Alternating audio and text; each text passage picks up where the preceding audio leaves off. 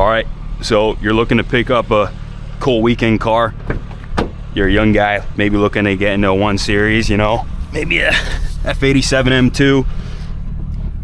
Well, start looking around. F87s are, you know, 2-3 years old, 20,000 miles. The comps are going for MSRP 3 years later with 20,000 miles on them. You know, you look at the M2 CS F87, they're going for 90. They're 6-figure cars optioned out, you know, with the carbon ceramics, and even, you know, 5 to 10,000 miles on them. You don't know where that car's been. Like, let's face it, like, these aren't, like, no one buys an M2 to go to the grocery store. So, you know, what do you want to completely overpay for an F87 on the basis of future appreciation? So, G87. It's this is a very controversial car as far as the looks, the tech in the interior, the screen. You get the older guys that go, oh, on the forums talking shit. Anyone who's seen a G87 in person, immediately sold. And the highlight of this car, anyone who's driven it, is totally above the moon, and myself included. So we're still in break-in period. We haven't even rung this thing out. But electronic steering, hear a lot of people talking about, oh, you know, the feel's not there. This steering is absolutely freaking insane. Combined with the grip of the car, this is as direct. I've never felt anything like this.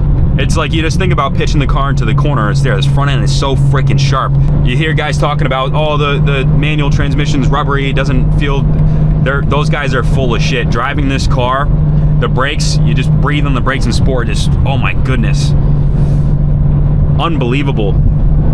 Things move more slowly when you're behind the wheel of a G87. It's such a capable car. You know, on the back roads, it's like everything is moving in slow motion because the inputs are so crisp, they're so direct. It's just everything is at your disposal. And this is kind of what we look for, you know, in the stuff that we keep in the collection. We own the New England Motorcycle Museum. I've ridden every motorcycle under the sun, and it's the bikes that, you know, the brakes are right there, and, you know, and power's at your disposal. Those are the bikes that we gravitate towards. There's character in the older cars. I own an E36 M3 that's S54 swapped.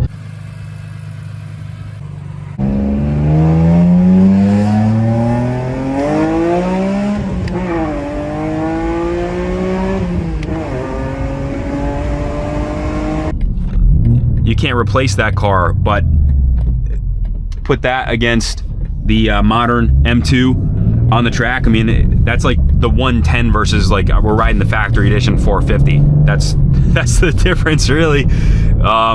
It's just not a fair comparison. And I think someone was talking about this the other day. It's the lack of feel is compensated by the crisp inputs in the performance of the car, which is just absolutely freaking undeniable.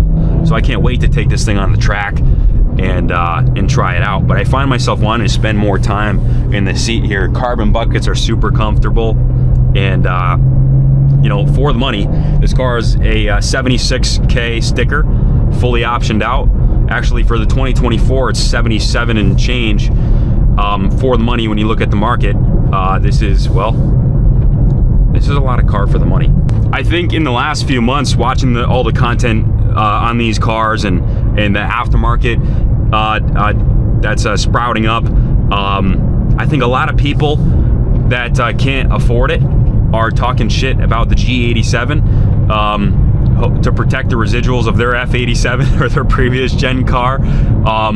These cars, the G87 platform, is going to catch on. And you hear the guys like, oh, dealers are going to sell them under MSRP. And guys, so we are in a high interest rate environment. Power sports lending at par is at 9%. And that's a preferred rate for tier 1 740 plus credit score. Okay, mortgage rates are 7.7 average, I think. When you'll see rates over 8% for tier 1. Okay.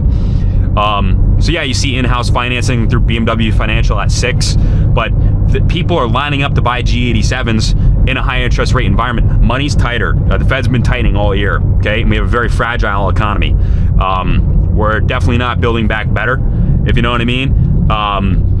rates will drop in 2024, and you'll see asset prices just absolutely fucking blow through the sky.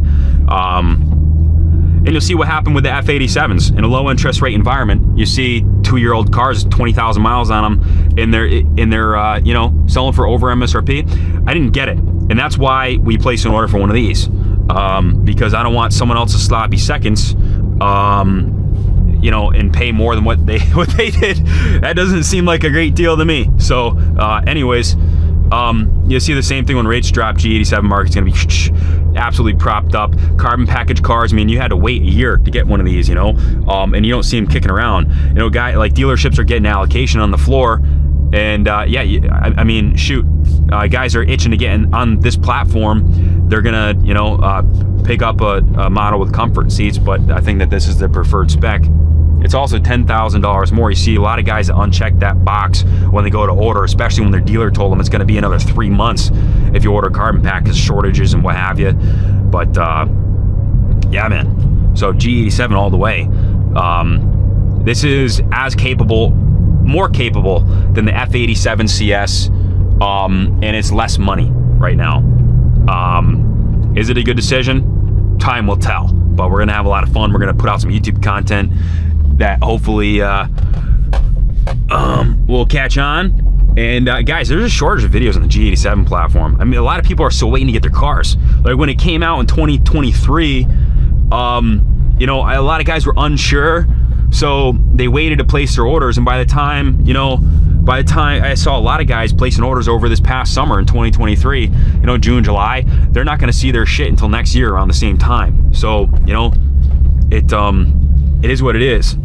But I'm gonna get out here and take a quick walk around the car.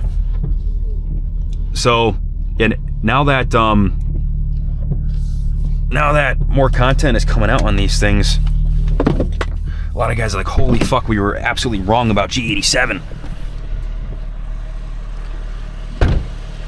And seeing this car in person is fucking nuts. Excuse my French, guys. Very excited. But it's just so wide. The front's so aggressive. The wheel gap is criminal, but that can be fixed with some lowering springs to retain the stock equipment. Look at that thing. All right, I gotta get to work here. Thanks for tuning in. Listen to my TED Talk. Stay tuned. I'm gonna post some content for this hog. Gonna pay for it somehow. Thanks for watching. Hey, like this thing. If you're still watching, like this thing. Subscribe. We need it. I'll reward you with some free, fresh M2 content. Appreciate it. Happy New Year. Bye for now. Yeah, dude. Something else. I love it. Dude, these. Yes, sir. Dude, these S58s have some fucking giddy, disgusting, dude. Bro. Giddy. Disgusting. Dude, I need one of these. Yes, dude.